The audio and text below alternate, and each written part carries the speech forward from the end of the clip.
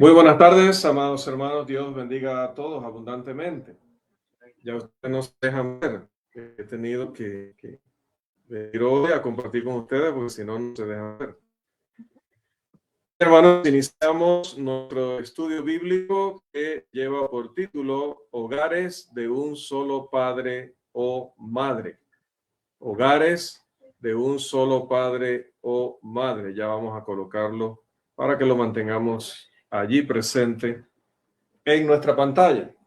Dios, el creador de la humanidad y el dador de todo lo bueno y perfecto, diseñó tres instituciones primordialmente para poder, tres instituciones primarias para poder que la humanidad funcionara adecuadamente. Y estas son el hogar, el gobierno civil y también la iglesia. Esas son las tres instituciones fundadas por Dios: el hogar, el gobierno civil y la iglesia. Estas instituciones fueron diseñadas para el bienestar del hombre. Al principio, dice la Escritura, el hombre fue hecho a imagen de Dios. Génesis 1:26. ¿Y cómo se le instruyó? Dice la Escritura: fructificad y multiplicaos, llenad la tierra y sojuzgadla, y señoread en los peces del mar, en las aves de los cielos y en todas las bestias que se mueven sobre la tierra. Dijo esto en Génesis 1:28. En algún momento, durante ese sexto día en que Dios creó al hombre, Jehová hizo lo siguiente, dice: hizo caer sueño profundo sobre Adán, y mientras éste dormía, tomó una de sus costillas y cerró la carne en su lugar, y de la costilla que Jehová Dios tomó del hombre, hizo una mujer y la trajo al hombre. Dijo entonces Adán: esto es ahora hueso de mis huesos y carne de mi carne. Esta será llamada varona, porque del varón fue tomada. Por tanto, dejará el hombre a su padre y a su madre, y se unirá a su mujer, y serán una sola carne. Esto lo enseñó en Génesis capítulo 2, versículos 21 al 24. Hermanos, el matrimonio fue instituido por Dios para que hubiera en él un esposo y una esposa, y que ellos estuvieran juntos de por vida. Dentro de esa unión también, en el plan de Dios, estaba que nacieran hijos. A cada padre, el esposo, a cada madre, la esposa, se le dieron responsabilidades respecto a criar y entrenar a los hijos. Ambos debían ser conscientes, antes de que todo, que herencia de Jehová son los hijos y cosa de estima el fruto del vientre, como enseña el Salmo 127, verso 3. Por lo tanto, los padres deben estar felices y deben estar gozosos de que Dios les haya concedido esta bendición. Salmo 127, verso 5. Los padres reciben entonces en ese sentido un fideicomiso de parte del Señor y deben devolvérselos a Él. No son nuestros, en realidad son del Señor. Los hogares monoparentales, recuerden que definimos eso la semana pasada como hogares donde solamente hay un padre. Esos hogares pueden tener un gran impacto para bien en la obra de la iglesia. No piense que porque no hay un esposo o porque no hay una esposa, entonces no se pueden criar hijos en el Señor, o que no puede ese hogar o esa familia, aunque incompleta, tener o ser de gran ayuda y de gran utilidad en la obra de Dios y en la sociedad en general. De eso se va a tratar esta lección, una lección que ha sido investigada por este autor, ya que yo no vivo esa condición, pues he tenido que investigar y dentro de la investigación tomar en cuenta las experiencias y también los métodos que han utilizado muchos padres en esta condición, aplicando declaraciones y aplicando también principios bíblicos a su hogar en dicha condición. Bien, ahora hablemos acerca de la importancia de Dios en todo esto, como en todo lo que nosotros hacemos. Ante todo, debemos reconocer que, como dice segunda de Pedro 1:3, todas las cosas que pertenecen a la vida y a la piedad nos han sido dadas por su divino poder, mediante el conocimiento de aquel que nos llamó por su gloria y excelencia. Segunda de Pedro 1:3.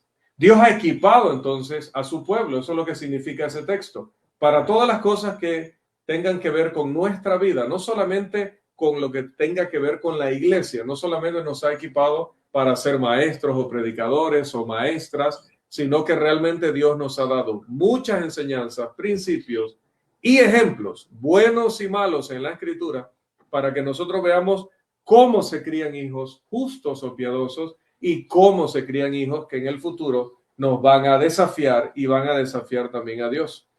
Dentro de todas las instrucciones que Dios ha incluido en la palabra están aquellas que pueden ayudar a un padre o una madre soltera a levantar hijos para el Señor.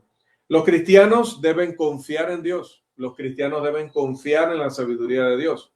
Deben dejar que Él dirija sus pasos en esta vida tan difícil que es llevar hijos sin ese apoyo de esa otra parte, porque realmente, hermanos, no existe el concepto, aunque se diga mucho en la calle, y sobre todo cuando vienen estas épocas de escuela y se empiezan a publicar las fotos con los niños y hay un padre que abandonó para irse con otra mujer, hay un padre que abandonó porque no quiso hacerse responsable, hay un padre que por una u otra razón no está en el hogar. A veces, no sé si en Centroamérica, pero por lo menos acá en Panamá, salen las incluso hermanas colocando en redes sociales, soy padre y madre. Soy padre y madre. No, quítese esa idea de la cabeza. Así como no existe la tulivieja y no existe la silampa y no existen los espíritus que andan asustando en la noche, no existen. La Biblia no jamás habla acerca de esa actividad de Satanás o de huestes o de muertos. Así como eso no existe, pero a veces usted se hace la idea en la cabeza de que usted vio y usted escuchó y no sé quién. Lléveme siempre allá, hermano. Yo pago para que me lleven a ver bueno, no sé si el diablo o quién ven, pero llévenme que yo pago por ver, porque eso no existe. De la misma forma, no existen padre, yo soy padre y madre. No, no, señor. Dios diseñó al hombre de una manera tan particular que una mujer no lo puede reemplazar jamás. Jamás. Usted puede decir, soy una mujer valiente que sale adelante a pesar de que no hay un padre en esta casa. Eso sí, por supuesto. Y requieren o merecen, perdón, todos los elogios y todas las alabanzas, porque realmente no es nada fácil. Pero nunca diga que usted es padre porque usted jamás podrá reemplazar a un hombre. Como un hombre, hago la aclaración, jamás la podría reemplazar usted. Porque no solamente hay madres solteras, que serán las que hay más. También existen padres solteros que están criando hijos, incluso a veces hijas, que todavía es más complicado, más difícil. Y usted jamás va a ver un hombre en redes sociales, yo soy padre y madre. No, él es padre y punto. Y nunca podrá reemplazar la figura de la madre. Tenemos hermanos que han perdido a su mamá muy temprano en la vida. No ha sido porque ella ha sido infiel, no ha sido porque ella ha abandonado irresponsablemente, es que murió.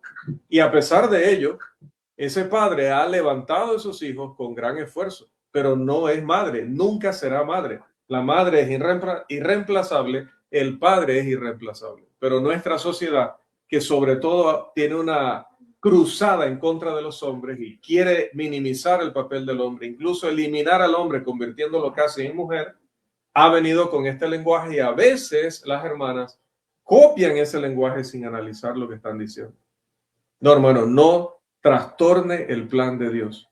Ya ese hombre irresponsable o infiel o que quizás ha muerto en el camino, pues ya dejó un hogar incompleto, un hogar trastornado en ese sentido, pero no trastorne usted el plan de Dios. Ninguno de los dos puede ser reemplazado. No deben confiar en sus ideas, no deben confiar en sus sentimientos, no deben confiar en los expertos de la sociedad. Es una cosa que hemos enfatizado mucho, hermano. A mí me da a veces gran preocupación ver cómo hay hermanos que se van a los libros, se van a las enciclopedias de psicología para tratar de criar a sus hijos, cuando el plan perfecto para criar hijos está en la palabra, está en la Biblia. Y ese es el objetivo, que al terminar todo este estudio, todo lo que hemos venido diciendo desde semanas anteriores, usted diga, oiga, yo gastando plata, $13, $20 en uno de esos libros, y resulta que todos esos principios, los verdaderamente válidos y efectivos, ya estaban en la Biblia,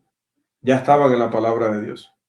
Los cristianos deben ser conscientes de que la gracia de Dios es suficiente y que cuando nosotros ya nos sintamos sin fuerzas, cuando ya nosotros nos sintamos sin ideas, cuando ya nosotros nos sintamos que no sabemos qué hacer, en ese momento, cuando sea más grande nuestra debilidad, más fuerte se hace el Señor en nuestras vidas. Segunda de Corintios 12:9. Su poder se perfecciona en nuestra debilidad. Quizás las personas digan, no va a poder. Imagínate, 3 hijos, 4 hijos, ella sola, o mira este hombre, 2 hijas, él solo, con tanto trabajo, con tanto que él tiene para hacer, ¿cómo las va a levantar? Bueno, si está en Cristo, siempre va a poder, porque cuando nosotros somos débiles, Él es fuerte. Él es fuerte. Y dice que los jóvenes incluso, dice Isaías, se cansarán, se agotarán, pero en cambio los que confían en Jehová renovarán fuerzas.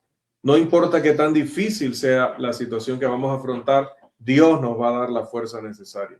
El amor de Dios por su pueblo no tiene fin y no tiene forma de medirse. Es un amor, diría la Escritura, inmensurable.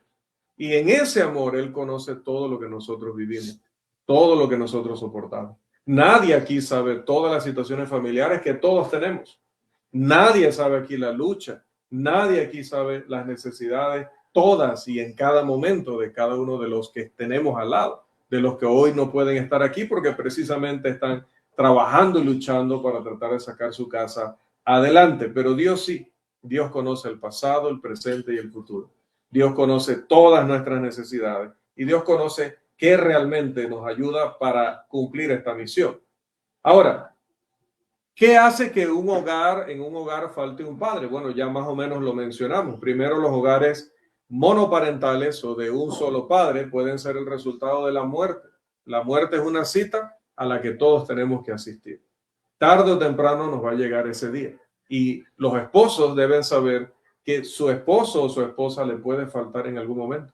Sea que tenga 30 años o tenga 70 años, esa cita no la podemos evadir y lamentablemente no todos la vamos a encontrar a los 80, 90 o 100 años. Podemos encontrarla muchísimo antes y un hogar puede quedar así. Raquel murió cuando dio a luz a Benjamín. ¿Recuerdan eso? Dice que al salírsele el alma, decía el hermano citando en la clase de uno de estos sábados, el hermano Bismarck citaba ese texto, dice, cuando ella dio a luz se le salió el alma y murió. Entonces Benjamín tuvo que criarse sin su madre. Imagínense, no tuvo ni siquiera un día con él, lamentablemente. Segundo, los hogares monoparentales o de un solo padre pueden ser el resultado de la inmoralidad. ¿Por qué? Porque no nacen estos bebés dentro de un matrimonio, sino que los jóvenes o algunos no tan jóvenes deciden buscar una relación fuera del matrimonio, casual, y luego la desilusión es que aquella otra persona no quiere hacerse responsable del resultado de ese intercambio y luego entonces el padre o la madre quedan solos para criar a sus hijos. Digo, generalmente más pasa con las madres, pero también hay padres a los que eso les ha pasado, que una chica irresponsable les dice, mira, yo no estaba preparada para esto, yo quiero viajar por el mundo, yo quiero ser profesional, yo quiero hacer un montón de cosas y yo con este niño no puedo, así que te lo quedas tú. Ha habido mujeres que le han dicho eso a un hombre, entonces no es tan común, pero sucede también. Tercero, los hogares monoparentales pueden ser el resultado de que uno de los padres abandona el hogar. ¿Y por qué sucede esto? Bueno, porque ese padre, como dije, de pronto sí se ha quedado en el hogar, pero luego siente que las necesidades, las responsabilidades son muchas y no aguanta ese tren, como decimos nosotros, y que decide irse. Muchos han ido a comprar algo a la tienda y no han vuelto nunca más. Eso ha pasado. Cuarto, los hogares monoparentales pueden ser el resultado del divorcio, ya sea bíblico o no bíblico. Algunas parejas se divorcian, Mateo 19:9 si es bíblico. Bueno, ahí también está el ejemplo del divorcio no bíblico y luego entonces queda uno de los dos criando estos hijos. Independientemente de la razón, los hogares de un solo padre o madre crean un dilema, crean una situación muy complicada, tanto para los padres como para los hijos, incluso en los mejores escenarios, sean los padres que quedan con los hijos o sean los padres que se fueron, todavía existen tensiones y problemas potenciales. Muchas veces, como sabemos, cuando ha habido una separación, cuando sigue vivo el otro, ¿qué viene automáticamente? cuando, por ejemplo, sobre todo el hombre es el que se va, ¿qué viene automáticamente? Viene una batalla legal. Una batalla legal donde él tiene que hacerse responsable de los costos de la educación y de la alimentación de esos niños o de ese niño. Pero luego de que se consigue eso, viene la lucha de cada mes de que eso pueda estar llegando regularmente, además de otros gastos que se van a presentar en el camino. Viene también el que pueda estar presente cada uno de estos padres en cada uno de los eventos más importantes y en el desarrollo y el aprendizaje de estos hijos, y no siempre se da. Note que le traigo algunos datos reales sobre Panamá. El más reciente fue un estudio que se hizo en 2013 que indicaba, imagínense en ese tiempo y lo que ha pasado, lo que ha llovido, dicen en España, lo que ha llovido de allá hasta acá, ¿no? Un estudio de 2013 indicaba que el 31.6% de los hogares panameños con niños eran de un solo padre. Cifra que ascendía al 53% entre los más pobres. Además, se reveló que 410,000 niños, imagínense, casi medio millón, vivían solo con su madre. Aproximadamente 1 de cada 3 niños, lo que implica que crecen sin la presencia de un padre varón, ¿no?, en el hogar. Además, 36,800 niños vivían solo con su padre. Note la proporción. Medio millón de niños que viven con un papá, medio millón viven con quién. Aquí en Panamá viven con quién. A ver si están prestando atención. Con su madre. Medio millón con la mamá. ¿Y con papá? 36,000, muchísimos menos, ¿no? 36,800. Ahora, la realidad es que no solamente eso pasa en Panamá, como dije, pasa en todo el mundo. Es una realidad de nuestra sociedad y desafortunadamente no pasa solamente fuera de la iglesia, sino mucho pasa en la iglesia. De hecho, miren, una de las luchas grandes que tenemos para que haya familias fuertes, hogares fuertes, que puedan proveer ancianos, lo hace más difícil el hecho de que no hay papá y mamá en la mayoría de los hogares. Ni siquiera en nuestra congregación hay una mayoría de papá y mamá en un hogar creando sus hijos, sino lo contrario. Si usted va a los Andes va a encontrar lo mismo, si va a Boquete va a encontrar lo mismo. Lamentablemente, digo, es una realidad presente y algo que hay que aceptar. Pero los padres solteros a veces viven en un estado de negación, es decir, no quieren aceptar esa condición o esa situación, o no quieren aceptarlo, o no quieren aceptar la ayuda que podrían recibir dentro de ello. Jacob no pudo ser consolado cuando le dijeron que había muerto José. Y a veces uno pasa un tiempo sin aceptar, y al igual que Jacob, la realidad de que ha sido abandonado por el otro. Los padres solteros también deben aceptar que dentro de todo esto, los más afectados quizás son sus propios hijos. Son los que se ven más, pero más vulnerables. Dependiendo de sus edades y de su madurez, los padres deben hacer un gran trabajo para que esos niños entiendan la situación. Sobre todo que entiendan, y esto se lo va a decir cualquier psicólogo, pero es que es una realidad vista y oída, que ellos no son culpables. Los niños casi siempre piensan, debido a que yo gasto mucho, debido a que seguro se enojó porque yo me porto mal, debido a que somos una carga que él tiene que llevar para allá y para acá, seguramente por eso él se fue. Seguramente por eso él ya no está aquí o ella no está aquí. También es importante que los niños no se sientan como víctimas dentro de esta situación. Se debe usar mucha paciencia y sabiduría para entender que en realidad ellos no están siendo sacrificados porque papá y mamá lo quieren siempre. No siempre cuando hay una separación o un divorcio es porque se quiere hacer víctima a los niños. Por ejemplo, en un divorcio bíblico, un divorcio donde alguien ha fallado y el otro lo ha repudiado y se tiene que ir de casa. Papá no se va de casa porque odia a sus hijos, porque no le interesan, sino porque ha cometido un grave error. Y ha sido repudiado bíblicamente porque la esposa tendría ese derecho. Mateo 19:9 y Mateo 5:32. Entonces, en ese caso, los niños quedan solos de padre o solos de madre, pero no porque ese padre o madre no quería saber de ellos. También deben desarrollar los niños una dependencia en Dios. Entender que, sobre todo, como lo que más común sucede es que no esté el padre, que tenemos el mejor padre. que puede reemplazar a cualquier padre terrenal. Ese sí puede reemplazar al padre terrenal. Tú tienes un papá y ese papá se llama Dios. Ahora, en este trabajo, ¿qué es lo primero que tenemos que hacer? Capacitar a los hijos. Capacitarlos, no simplemente pensar, ellos algún día lo entenderán.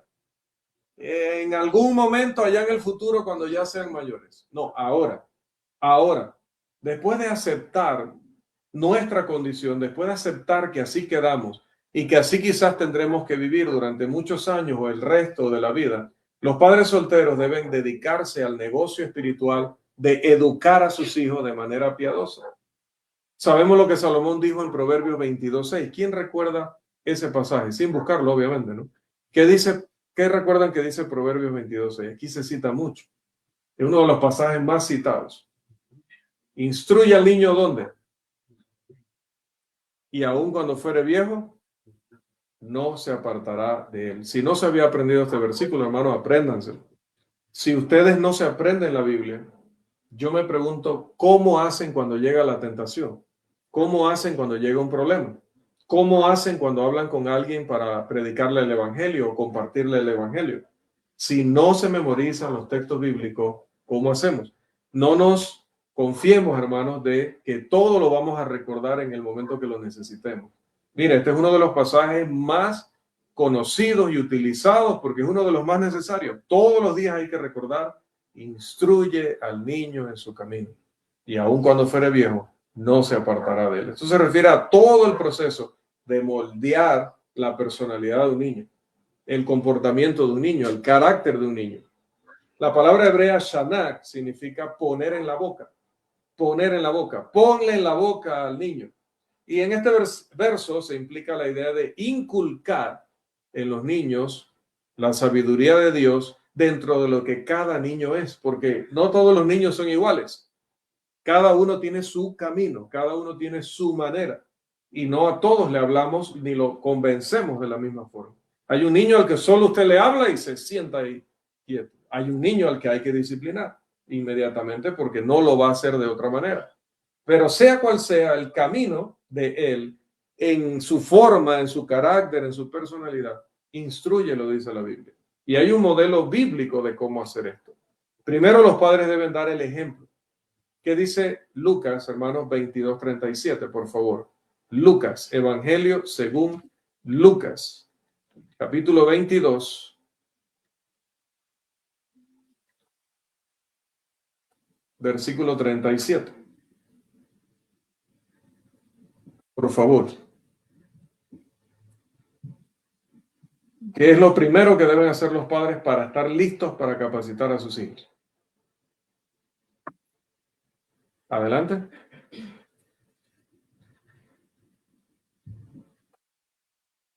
Nos quedamos hasta las 6:30. Ustedes me avisan. 37.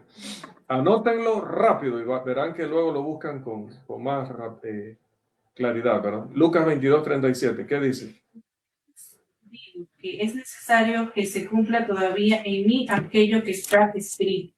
Y fue contado con los inicuos, porque lo que está escrito de mí tiene cumplimiento. Bien, ese no era, pero es culpa mía. Es Mateo 22:37, perdón. Mateo 22:37. Mateo, perdón. 22:37. Este es otro pasaje, hermanos, que es importante que lo aprendamos de memoria.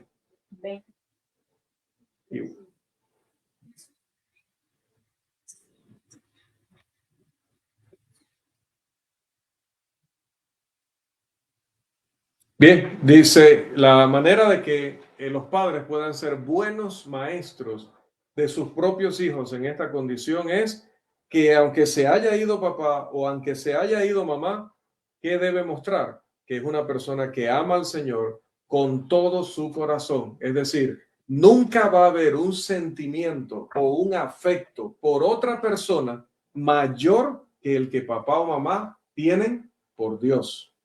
Luego tienen que amarlo con toda su alma. Su vida espiritual, en primer lugar, va a estar alimentándose directamente de Dios. Y también deben amarle con toda su mente. ¿Qué indica con toda su mente? Que sus pensamientos están concentrados o están enfocados en Dios. Si los ven eso, no habrá clase ni sermón mejor que ese ejemplo. Que mi mamá o mi papá, no hay una cosa ni una persona que esté por encima de Dios. Siempre ella lo primero es Dios. Siempre. Cuando tiene que elegir entre dos cosas, y siempre de este lado está Dios, ella siempre elige a Dios. Él siempre elige a Dios. Ese es el mejor sermón o la mejor clase. En segundo lugar está Hebreos, capítulo 12, versículo 14. Este es a veces un mandamiento complicado para algunos, pero Dios espera que lo cumplamos. Hebreos, capítulo 12, versículo 14.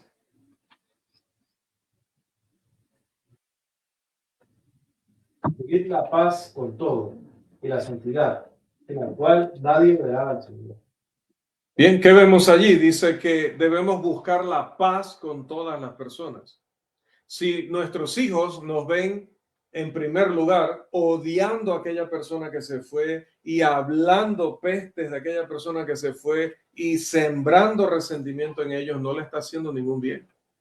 Cualquier desahogo que usted tenga que realizar sobre eso no se hace frente a ellos. De hecho, no debería tener resentimiento usted ni hacia esa persona, ni hacia su familia, ni hacia la otra mujer que se lo llevó, que dicen, no lo sé, que la mujer en los casos de infidelidad le tiene más resentimiento a la otra que al que la dejó. Dicen, no sé, ¿sí? Entonces, por ese tema de la eterna comparativa que tienen unas con otras. Entonces, no sé si el resentimiento sea hacia la una, hacia el otro, hacia la familia o hacia los demás. Sin embargo, si ese es el ambiente en el que criamos a nuestros hijos, definitivamente van a ser resentidos toda la vida y así no van a crecer en el conocimiento del Señor. Lo tercero que vemos allí es que los padres deben conducirse en todo momento de manera santa, especialmente ante sus hijos. Las vidas diarias de los padres deben enseñar o deben mostrar lo que están aprendiendo en la iglesia. Deben mostrar que están madurando, que están avanzando espiritualmente según cada miércoles y cada domingo reciben la palabra del Señor. Pero si nos ven aquí diciendo, por ahí vi una imagen en redes sociales que dice, cuando el predicador dice, habla del trigo y la cizaña,